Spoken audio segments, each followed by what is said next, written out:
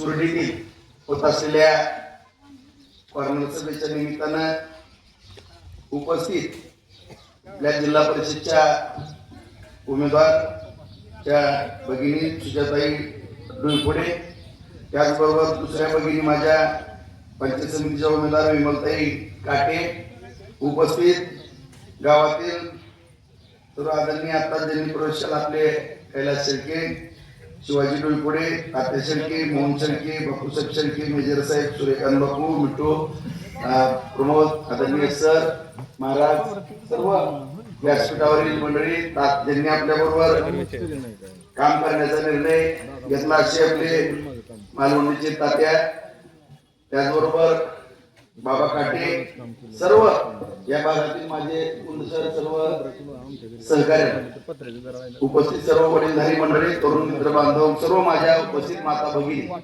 मला बरं वाटलं ताई तुम्ही बोलला, पहिले आपले महिला उमेदवार या ठिकाणी बोलला आणि माता सावित्रीबाई फुलेंचं नाव घेतलं, छत्रपती शिवरायांचा या ठिकाणी उल्लेख केला.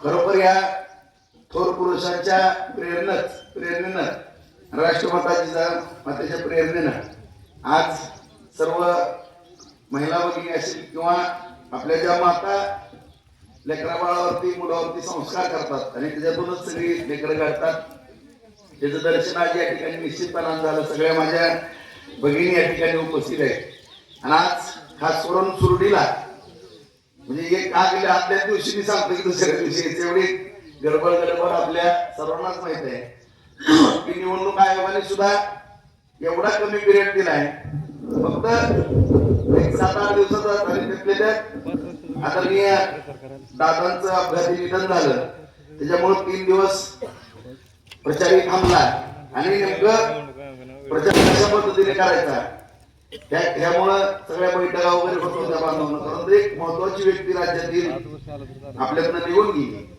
आणि या सर्व गोष्टीचं भान ठेवत या ठिकाणी आज सुरडीमध्ये कॉर्नर सभा होत असताना उपस्थित सर्व व्यासपीठ समोर बसलेली वडीलधारी मंडळी, तरुण मित्र बांधवांनो, माता भगिनी, घराघरातून ऐकणाऱ्या माझ्या माता भगिनी, आज मी बऱ्याच वेळेस सुरडीला आलो बांधवांनो, परंतु ही जी निवडणूक आहे ते अत्यंत तुमच्या सर्वांच्या लेकराबाळांच्या, माझ्या लेकराबाळांच्या महत्वाची भविष्याची निवडणूक आहे. या निवडणुकीकडे तुम्ही एक वेगळ्या स्वरूपाने या ठिकाणी बघणं अत्यंत गरजेचं आहे.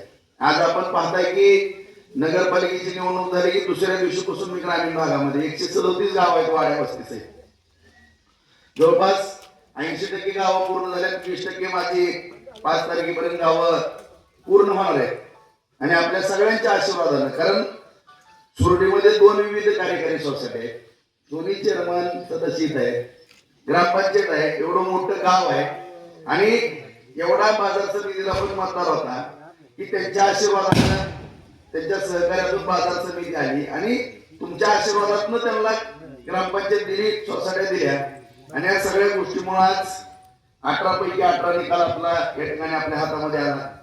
तुमची भावना होती की काही जरी झालं तर बार्शी नगरपालिका सुद्धा या ठिकाणी राजभाऊच्या मार्गदर्शनाखाली यावी, ती इच्छा भैरवनाथाने आपल्या कुलदैवतानं, तुमचंही कुलदैवत आहे माझंही कुलदैवत आहे, ही इच्छा पूर्ण केली माझ्या भैरवनाथाने, भगवंताने.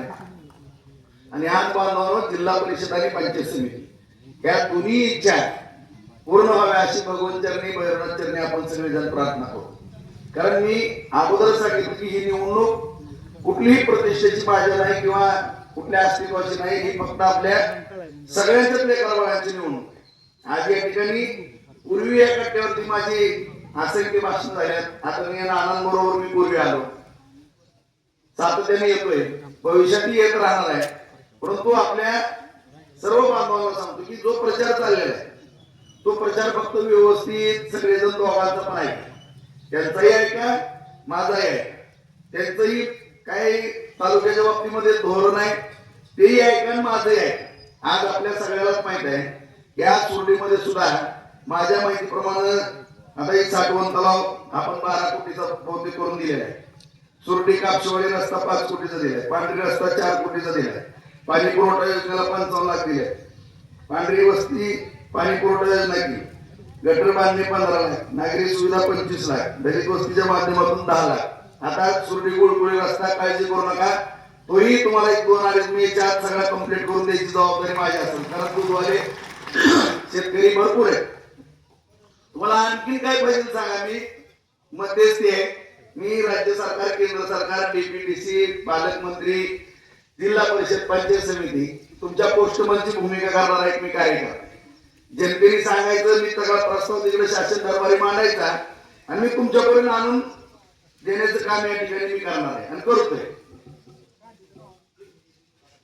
सुरडीचा अखेर असतं. तुम्ही माझ्याकडे काम सोपवं असेल, कामाच्या बाबतीमध्ये चिंता करू नका. आता तुम्ही तर सगळेजण बसले, सगळी वडीलधारी मंडळी, आमच्यापेक्षा ज्येष्ठ काय 10-15-20 वर्षानं सगळेजण मोठे. आता हे तुम्ही आमचे वडीलधारी, तुम्ही सगळेजण आठवा. ही यादी वाचली कधीतरी, इतक्या दिवस आले की 9 वेळेस म्हणतात निवडणूक लढवली, 7 वेळेस आमदार झालो. तुम्ही सांगा, मी 6 वेळेस निवडणूक लढवली, 2च वेळेस आमदार झालोय आणि एकदा 2 वर्ष आणि एकदा 2.5 वर्षाची सत्ता. 42 वर्ष मी राजकारण करतो, ती 51 वर्ष राजकारण करतो. ते 35 वर्ष सत्तेमध्ये होतो, मी फक्त 4.5 वर्ष सत्तेमध्ये होतो. आता तुम्ही सांगा, कामं कुणी जास्त केली सांगा. 4.5 वर्षात केलेली जास्त आहेत, ह्यांच्या 35 वर्षात केलेली.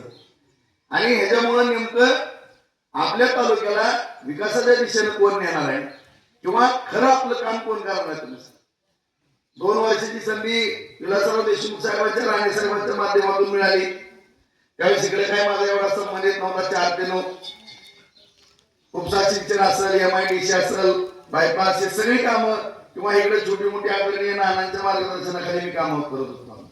परंतु ज्यावेळेस 2019ला तुम्ही मला आशीर्वाद दिले, अपक्ष आमदार केलं, मी दिला फडणवीस साहेबांना, विरोधी पक्षाला पाठिंबा.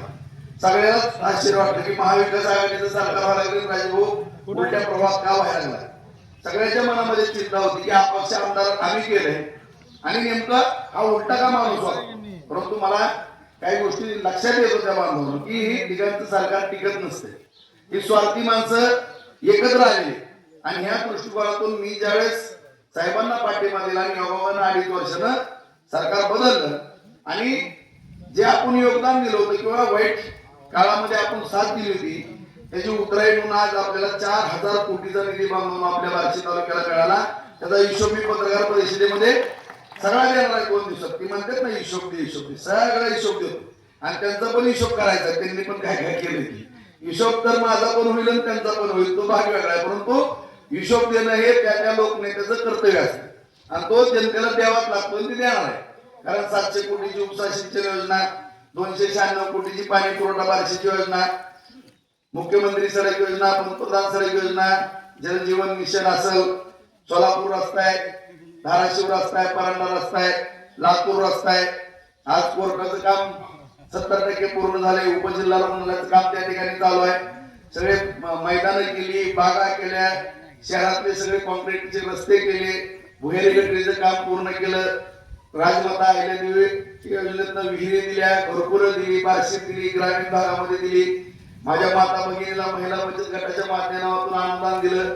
शेतकऱ्याला अतिवृष्टीचं अनुदान दिलं, दुष्काळाचं दिलं, सततच्या पावसाचं दिलं, पीक विमा दिला. असे असेल की 30, 54, 50, 54 नागरी जेवढे काही योजना केंद्र सर तोंडपाठ आहेत, तसं यांनी सांगा बरं तोंडपाठ यांचे आहेत का? जो माणूस कागदावरती समोर स्वतः काम करतो त्याच्या ह्या गोष्टी लक्षात राहतात. कुठलं पण विचारा मला काम केलेलं, मी सगळी कामं सांगू शकतो. परंतु ह्यांनी कधी कामं सांगितली का बार्शीतली? मी एवढं केलं, हे केलं, मी उद्या ते करणार, असं धोरण यांच्याकडे आहे का? फक्त सांगा. फक्त माझी टिंगल करणे आणि माझी किंवा माझ्या मुलांची भावाची बदनामी करणे, ह्याच्या व्यतिरिक्त तुम्ही काय ऐकलं का? आणि मला समोर बसणाऱ्यांची सुद्धा त्यांच्या किंमती काय काय करण्याची हसताना. अरे विनोद तर कुणी पण करते, एखाद्या सरकारी सीटला एखादा जोकर पण विरोध करते, त्याला पण हसतात माणसं. परंतु ज्यांना 1 सेकंद किंवा 1 मिनिट, अर्धा मिनिट हसवलं जाते, परंतु अख्खं जीवन त्या लेकराबाळाचं रडकुंडी ह्या माणसाने आणलंय किंवा वेदना दिल्या, ह्याचा सुद्धा विचार या तालुक्यामध्ये होणं गरजेचं आहे. आज या ठिकाणी ठीक आहे, इथं बसल्यानंतर थोडं हसू येईल, परंतु ज्यावेळेस उमऱ्याच्या आतमध्ये आपण जातो बांधवांनो, त्यावेळेस आपल्याला परिस्थिती आपल्या मुलाबाळाकडे बघितल्यानंतर कळतं आणि या गोष्टी आपण बदलू शकतो. एखादा कुटुंब करता जर व्यवस्थित असेल तर तुम्ही सांगा, आपण सगळे बसलेत, आपण प्रपंचिक माणसं आहे, तुम्ही जर कुटुंब करता प्रमुख मजबूत असेल तर ते घर मजबूतच होते, त्याला कोडच नाही, कुणी कुठल्या भविष्यवाल्याची गरज नाही, घर मजबूत होतं का नाही सांगायची. तसं या तालुक्याचा कुटुंब करता म्हणून तुम्ही माझ्याकडे बघत असाल, त्यांच्याकडे बघत असाल, त्यांनी मजबूतीनं ह्या जनतेच्या पाठीशी राहणं ही काळाची गरज असते. आज एवढी कामं मी मग सांगितली, एवढे मोठ्या प्रमाणामध्ये आधी केली, MIDC केली, तुम्ही जाऊन तिकडे उपळा वगैरे सगळे भागात बघा, सगळे शेतकरी आनंदात आहे. जनावराला पाणी नव्हतं, त्या ठिकाणी आज पाणी झाले, सगळे तिथे हिरवं गार बागायत. 5 लाख रुपये एकरनं कोणी विचारत नव्हतं, 25 लाखानं सुद्धा एकर मिळत नाही. त्या बायपासला लाख रुपये एकर होतो, कोटी रुपये एकर झाला डेव्हलपमेंटमुळे. MIDCच्या तिथे आता जेवढे 1 कोटी रुपयाच्या खाली एकर नाही, जाऊन बघा तुम्ही सगळे. खोटं सांगत असलं तरी एक पण मत देऊ नका. जेवढे साठवण तलाव झाले त्या ठिकाणी सुद्धा दुप्पट तिप्पट किमती वाढल्या. इथं सुद्धा थोडी 2-3 शेतकऱ्यांची अडचण आहे, दार बंद करायचं राहिले, साठवा काम राहिले. माझी साठवण तलावाचं माझी पुढच्या 10-15 दिवसात माझी शेतकरी बांधवांना विनंती आहे, तुम्ही माझ्याबरोबर चला, नाहीतर मी प्रांत अधिकाऱ्यांना नेतो, त्यांना बोलवतो, 1 महिन्याच्या आत तो विषय मिटवतो, तुमचे पैसे तुमच्या अकाउंटला पाठवतो, फक्त काम करू द्या, कुठली अडचण नाही, मी जबाबदार आहे त्या पैशाला. काय जर झालं तर माझ्याकडनं पैसे घ्या, पण ते काम होऊ द्या. या ठिकाणी या सोडीला सुद्धा पाणी येऊ द्या बांधून. जोपर्यंत आपल्या शेतकऱ्याच्या शेतामध्ये पाणी येत नाही तोपर्यंत आपली प्रगती होणार नाही. सगळा मांडरा नाही तरी सुद्धा या गावातले शेतकरी अत्यंत कष्टाने भाजीपाला द्राक्ष उत्पादन घेत आहे. मला जाणीव की आता माहिती घेतली मी, 23 हेक्टरच्या पुढे क्षेत्र आहे. आज 600 एकर द्राक्षाची बाग आहे गावामध्ये. द्राक्षाची बाग लावणं, ते पीक त्याचं आणणं आणि बाजारापर्यंत पाठवून पैसे येणं ही काही सोपी गोष्ट नाही. माझ्याकडे पण होती, मला पण काही तकलीफ झाली मला माहिती. आणि त्याला पाणी हे अत्यंत आवश्यक आहे, बारमाही पाणी असणं. आणि कधी जर दुर्दैवानं दुष्काळी परिस्थिती झाली तर त्याच्यासारखं दुर्दैव कुठलं होऊ शकत नाही. म्हणून आज ताईने सांगितलं की पाणी फाउंडेशनच्या माध्यमातून सुरडीनं काम करत असताना त्यावेळेस आम्ही येऊन गेलो. आदरणीय शेळके साहेब पण होते, त्या गावचे सुपुत्र, त्यांनी पुढाकार घेतला, सगळ्यांनी पुढाकार घेतला, प्रत्येक गावातल्या व्यक्तीने पुढाकार घेतला आणि आज राज्यामध्ये नाव लौकिक आज सुरडीचं केलं. अभिमान वाटणारी गोष्ट आहे, आपल्याला राज्यामधलं बक्षीस मिळालं. आणि पाण्याची काय गरज आहे हे सुरडेकरांनी, मळगावकरांनी या ठिकाणी या तालुक्याला जिल्ह्याला दाखवून दिलं. आणि खऱ्या अर्थानं जलयुक्त शिवार असेल किंवा पाणी आडवा पाणी जिरवाची योजना असेल किंवा उपसा सिंचन योजना असतील किंवा शेताला पाणी मिळावं ही संकल्पना आदरणीय देवेंद्र फडणवीस साहेबांची अत्यंत महत्वाकांक्षी अशी योजना आहे. तुम्हालाही माहिती, सातत्यानं जलयुक्त शिवारावरती काम करण्याचा साहेबांनी प्रयत्न केला. त्यामुळं बार्शी तालुक्याला 37 साठवण तलाव आले बांधवांना, त्यातले 25 पूर्ण झाले. काही कामं चालू आहेत, अशा थोड्या अडचणीमुळे काय राहिले ही या 6 महिन्यात वर्षात पूर्ण होती. उपसा सिंचनचं 70-75% काम पूर्ण झालंय, तेही या 6 महिन्याच्या आत सगळं पूर्ण होत आहे. येणाऱ्या मे-जून पर्यंत काम पूर्ण झालेलं दिसत. या घोरावडा तुम्ही जाताना कासारवाडी रोडला बघा, तिकडून पलीकडे गेल्यानंतर त्या घोरावड्यावरती सुद्धा 8 किटवेर आणले. आपल्याला माहित असेल भोजपच्या माडा शिवपर्यंत जातो. भोगावती नागदरीवरती सासुऱ्याला जावा, तिथे किटवेर केले, बेडकी नदीवरती केल्यात, चांदणी नदीवरती केल्यात, बांधारे आपण छोटे छोटे वड्यावरती करतो. हे करण्याचं कारण काय? आणि ह्याला मला छंद आहे जास्त आणि आवड आहे. त्याचं कारण आहे की आपल्या जमिनी बागायत. आज सुरडीमध्ये सुद्धा हा साठवण तलाव झाल्यानंतर तुम्ही बघा तुम्हाला किती सुख लागते. कुठं बोरची गाडी आणायची गरज नाही. आणि आणखीन 4 ते 5 साईड आहेत तुमची सुरडीमध्ये, बरोबर आहे. तुम्ही अजिबात काळजी करू नका. येणाऱ्या पंचवार्षिक मध्ये कमीत कमी 1 ते 2 साठवण तलाव करून देण्याची माझी जबाबदारी असेल. आणि एक 5-7 वर्षामध्ये, कारण 250 साईट शोधून काढल्यात मी तुम्हाला सांगतो. कुठल्याही सरकारी दप्तरी नोंदी नाहीत. मी अशीच माहिती घेतली प्रत्येक गावामध्ये. मला ज्यावेळेस पाझर तलावाचं साठवण तलावामध्ये रूपांतर आपण करतो, कारण या ठिकाणी येतं तर भूसंपादनाचा विषय, पण काही काही ठिकाणी 72च्या दुष्काळामध्ये ज्या जमिनी भूसंपादित केल्या 10 एकर पासून 50-75 एकर पर्यंत, त्यावेळेस लोक उपाशी मरत होती. काम द्यायचं म्हणून सरकारनं रोजगार हमी योजना केली. त्या आदरणीय नानांनी त्यावेळेस आंदोलन केलं, गोळीबार झाला. त्यामुळं राज्यामध्ये रोजगार हमी योजना चालू झाली, केंद्रामध्ये चालू झाली आणि त्याच्यातनं जमिनी भूसंपादित करून लोकांना काम देण्याचं धोरण आखलं. त्याच्यामध्ये ह्या जमिनी संपादित झाल्या आणि छोटे छोटे पाझर तलाव केले. 50 एकर जमीन आणि एक छोटा बांध आहे. त्यावेळेची परिस्थिती नव्हती. बैलगाडी, टिकाव, पार, पाटी ह्याच्यातनं ती बांध घातली जायची आणि छोटं छोटं 50 एकर जरी असली तर 50-100 एकर जमीन भेटायची. परंतु आज आधुनिक जग आहे, त्याच्यामध्ये मशिनरीचा मोठा शोध लागला आपल्याला सगळ्यांना माहिती. आणि आता ती जमीन भूसंपादित करण्याची गरज नाही, त्याला बाजार तलावाला साठवण तलावामध्ये जर रूपांतर केलं तर माझ्या माहितीप्रमाणे कमीत कमी 300 ते जास्तीत 1000 एकर जमीन 12 महिने बागायत होती. अशी परिस्थिती प्रत्येक ठिकाणी आहे. ह्याच्यात नोंदीच नव्हते सरकारी दप्तर. प्रत्येक कार्यकर्त्याकडनं ती शोधून नकाशे उतारे घेण्याचं काम चालू आहे. आता 37 केले. मी तुम्हाला जबाबदारीने बोलतो, माझ्या हयातीपर्यंत कमीत कमी 150 ते 200 साठवण तलाव करून दाखवीन या ठिकाणी. कारण दरवर्षी 25-20 केले तरी तुम्हाला सांगतो एक 10-15 वर्षामध्ये 200-250 साठवण तलाव या ठिकाणी पहिला काय अडचण असणार आहे मित्र. कारण आता जे उपसा सिंचन किटवेअर किंवा ही साठवण तलाव झाले 50,000 एकर जमीन येणाऱ्या 5 ते 6 महिन्यामध्ये बागायत होणार. भविष्य काळामध्ये आपल्याला कुठलेच स्त्रोत नाही. आता तिसरा टप्पा जी उजनीचा आहे तो 3 महिन्यात पाणी पडतंय, तिथनं 10 पिंपळगावच्या तयार टाकायचं पाणी. आणि जो काय आपल्याला एक चांगला स्त्रोत आहे तो साठवण तलावाचा किंवा किटवेअर. आणि ही सुरडीतला विषय नाही, तो तालुक्याचा मी बोलतो. आणि जोपर्यंत आपल्या शेताला पाणी मिळत नाही तोपर्यंत आपली लेकरं बाळ सुखी होत नाही. आज दुसरा मुद्दा MIDCच्या माध्यमातून तुम्ही दाताच्या वाडीला जाऊन बघा. एक MIDC केली, राणेसाहेबाच्या टायमात जमीन संपादित झाली, सगळं बंद पडलं. परत 2019ला तुम्ही आमदार केलं, पाठपुरावा केला, त्या ठिकाणी लाईट झाली, रस्ते झाले, गटरी झाली, दिवाबत्ती झाली, पाणी झालं. 40-42 उद्योग त्या ठिकाणी उभारले. जाऊन तुम्ही बघा, सगळी जागा संपली. 135ला 135 एकर तिथं पॅक झालं. शेतकऱ्यांनी सांगितलं भाऊ 600 एकरची प्रस्ताव होती, आता आम्ही जमीन देऊ शकत नाही, आम्हाला थोड्या जमिनी राहील. त्याच्यामुळे आपण आता उपळाई, वैराग भागामध्ये आणि जामगाव 3 ठिकाणी नवीन MIDC करण्याचं धोरण आखलं. एक जामगावची प्रक्रिया चालू आहे बाबा. तुम्ही म्हणता की MIDCचा ह्या निवडणुकीचा काय संबंध आहे? मग राजकारणाचा संबंधच काय? आम्ही पण घरी बसलेलं बरं ना. कामच करायचं नसेल किंवा नेमकं काय दरवर्षी येऊन गप्पा मारायच्या, भाषण करायचं, घरी जाऊन जेवायचं झोपायचं, हे राजकारण झालं. तुम्ही राजकारण करताय, समाजकारण करता म्हणल्यानंतर लोकांना रोजगार निर्माण करणं, त्यांचं आर्थिक उत्पन्न वाढवणं ही त्या लोकनेत्याची किंवा कार्यकर्त्याची जबाबदारी असते. आणि ती जबाबदारी निश्चितपणाने आपण पार पाडू MIDCच्या माध्यमातून. आणखी 3 MIDC आपण बांधवणं करतो.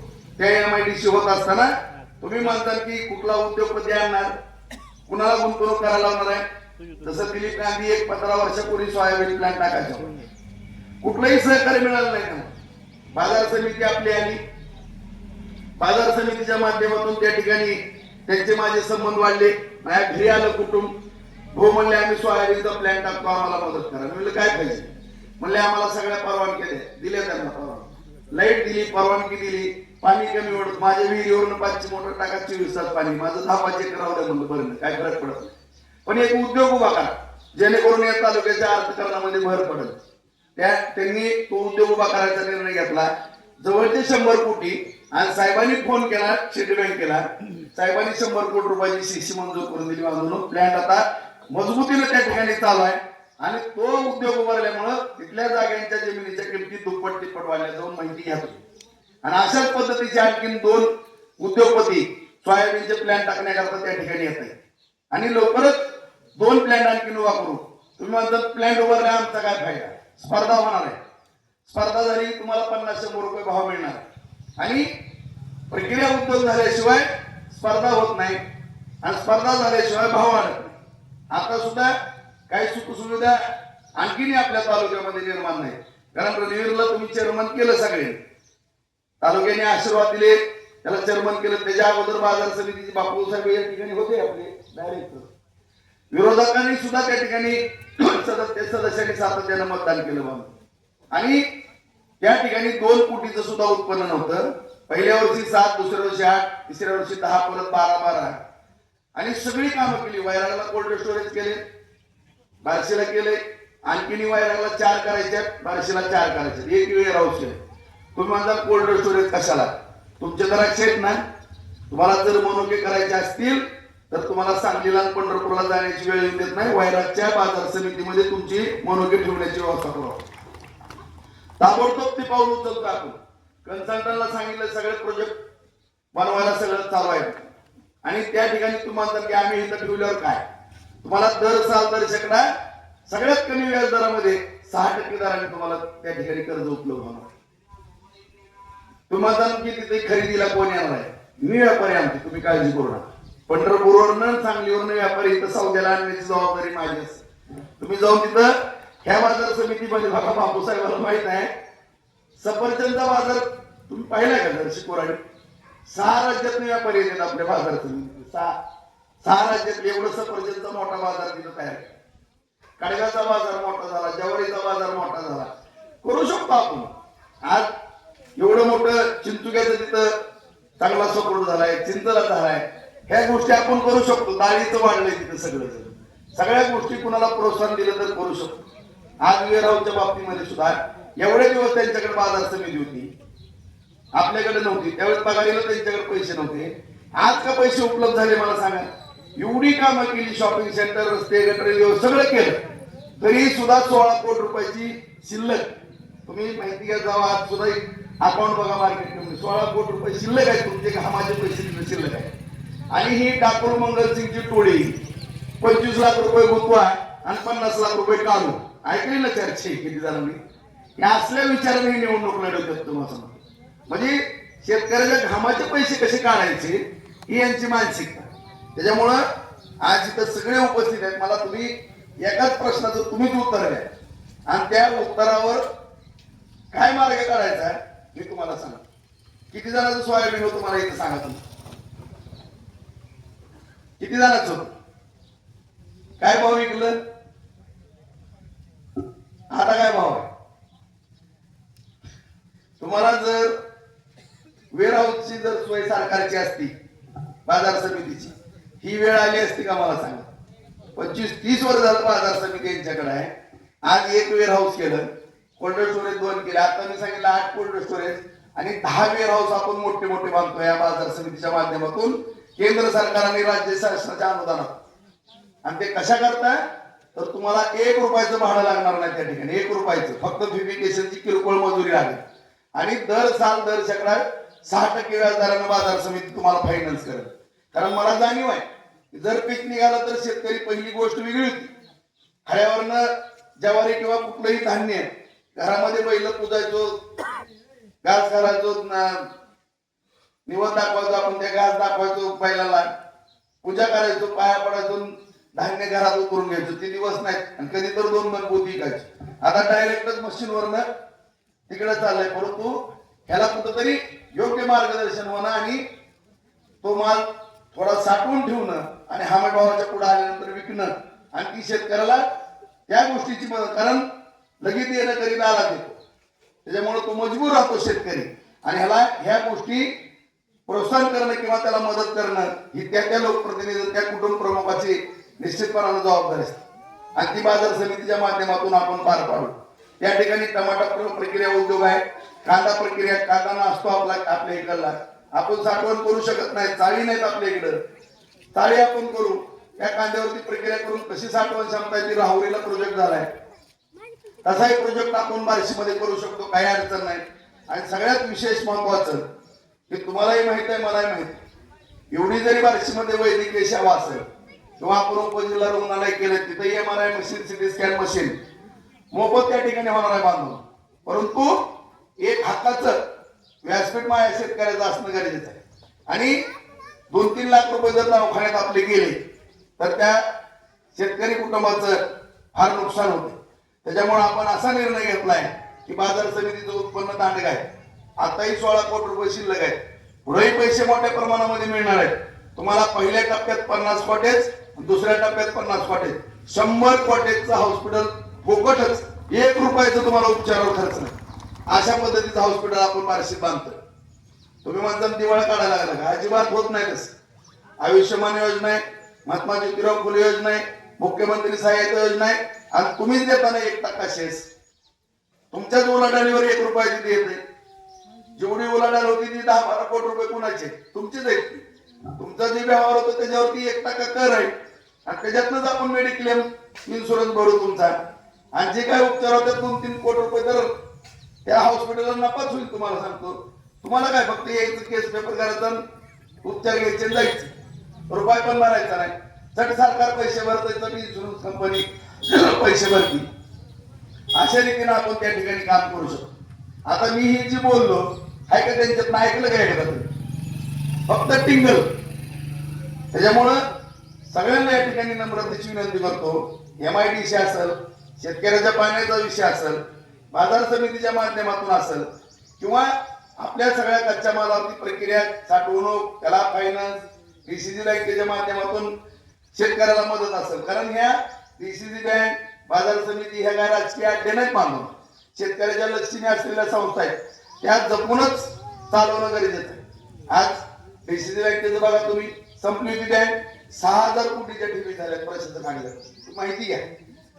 मागं त्या शेतकऱ्याला कर्ज आहे, कुणाची अडवणूक नाही, कुणाची आणखीनही कुठल्या शेतकऱ्याला काय लागलं आम्हाला सांगा, त्या ठिकाणी कुठल्या अडचण येणार नाही. कुणाच्या चिठ्ठी चपाटीची गरज नाही, कुठल्या दलालाची गरज नाही तिथं तुम्हाला समज. कुणी 10-5 रुपये मागण्याचा विषय नाही. तुम्ही कितीही फायनान्स त्या ठिकाणी मागा, DCC बँकेच्या माध्यमातून 3 लाख रुपयापर्यंत व्याज पण नाही. अशा पद्धतीने ती संस्था आपण चालवतो आणि भविष्य काळामध्ये सुद्धा आपल्याला प्रत्येक गोष्टीवरती मात करत या ठिकाणी चालावं लागणार. कारण केंद्र सरकार आपलं आहे, राज्य सरकार आपलं आहे. 3.5 वर्ष आता निवडणूक कुठलीच नाही येणार, ती लोकसभाच येणार आहे आणि परत तिथनं 4 वर्षांनी विधानसभा येणार आहे. फक्त आपल्याला भविष्य काळामध्ये जे सोन्याचं ताट वाढून ठेवलेलं आहे दोन्ही सरकारच्या माध्यमातून, ते फक्त आपल्या लेकरा बाळापर्यंत आणून पोहोचवणं आणि पोहोचवणारा सक्षम. हे काय विधानसभेचं काय झालं मला माहित नाही, त्याच्यामध्ये मी जात नाही खोलामध्ये. जे घटना घडायच्या भरपूर मला सहकार्य केलं, तुम्ही लीड दिलाय, परंतु माझ्याबद्दल काय एक निगेटिव्ह पसरली होती की दहशत, गुंडगिरी. काय केली गुंडगिरी मला सांगावं? कधी ऐकलं का कुठल्या गोरगरीबावरती अन्याय किंवा कुणाला एक शब्द उलटा बोलला आम्ही? काय नाही. आता ही जर आमच्या घरादारावर तलवारी घेऊन यायला लागली तर काय ह्यांच्या आरती ओवाळायची का सांगा? 4-4 वेळेस माझ्यासारखा मारता मारता माणूस वाचला. माझा 500 उमरा आहे बार्शीमध्ये. 500 उमरा असताना एवढी जर ह्यांना मस्ती असेल तर बाकीच्या गोरगरिबांचं काय झालंय तुम्ही आठवा. ज्येष्ठ माणसं फौजदारच्या बंगल्यामध्ये आताडी काढली यांनी, पांडे चौकामध्ये आताडी केली, पोलीस काढली, पोलीस स्टेशन मध्ये फायरिंग केली यांनी. ऐकलं ना जुना इतिहास, तारा वगैरे लागलेला कसं माहित आहे ना सगळ्याला. आणि मग मी थांबवायला उतरलो मैदानामध्ये एक शेतकऱ्याचा पोरगा आणि मला म्हणता का दहशत? किती तुम्ही तुमचा दहशत होता? या वैराला किती जण ज्येष्ठ मंडळी आहेत, कारखान्याचे सभासद किती आहेत मला सांगा बघू. किती जण आहेत? 70-800. तुम्ही सर्वसाधारण सभेला जातो दे ना त्यावेळेस, किती जण तलवारी पोकऱ्या घेऊन यायचे वायराला? सगळे गुंड, कानात बाळ्या घातलेले. मग गुंडगिरी ह्यांची होती का माझी? आणि ह्यांची मस्ती जिरवायसाठी मग मी काय घरात बसू? आणि मी जर घरात बसलो असतो बाळमानो, ह्यांनी अन्याय अत्याचार केला असता. फक्त आम्ही ह्यांनी जी दहशत करत होती त्यांना उत्तर देण्याचं काम या बार्शीमध्ये केलं. अन्यथा कधी आमच्याकडनं असं पाप झालेलं नाही आणि घडणार पण नाही. कारण छत्रपती शिवरायांचे संस्कार आमच्यावर होते, त्या राजांचा आदर्श घेऊन आम्ही या ठिकाणी काम करतो. आम्हाला कधी अन्याय अत्याचार किंवा प्रत्येक माता भगिनीचं संरक्षण करणं, त्यांचा सन्मान करणं हे आमच्या कार्याला शिकवण आहे तुम्हाला. त्यामुळे आम्हाला कधी चुकीचे मार्ग आम्ही अवलंबणारी माणसं नाहीत मित्रांनो. आम्हाला फार कळते राजकारणामध्ये कसं वागायचं, सुसंस्कृत वागायचं, कुठेही चुकीचं वागायची आमची मानसिकता नाही. मी असं रणवीर नाना असं. आता एखाद्या मुलीची आपल्या छेड काढतात, त्याला जर रणवीर अंगावर गेला तर त्याला दादा म्हणायचं तर काही दुर्द आहे. आपल्या जर एखाद्या भगिनीची कोण टिंगल करत असेल आणि त्याला जर ताप विचारला नाही तरी काय चालून द्यायचं आणि त्याची व्हिडिओ व्हायरल करा. कुठं चुकली सांगा?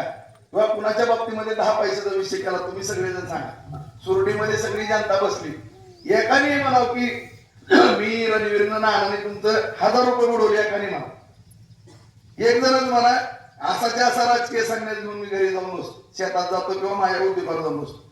ऐकलं का कधी? अरे पण ज्या सुरडीमधले माझ्या शेतकऱ्याच्या कष्टाचे घामाचे पैसे 10,000 रुपये तुम्ही बुडवले शेतचे, त्याच्या बाबतीत बोला ना. 300 कोटीला बँक बुडवली त्याच्या बाबतीत बोला.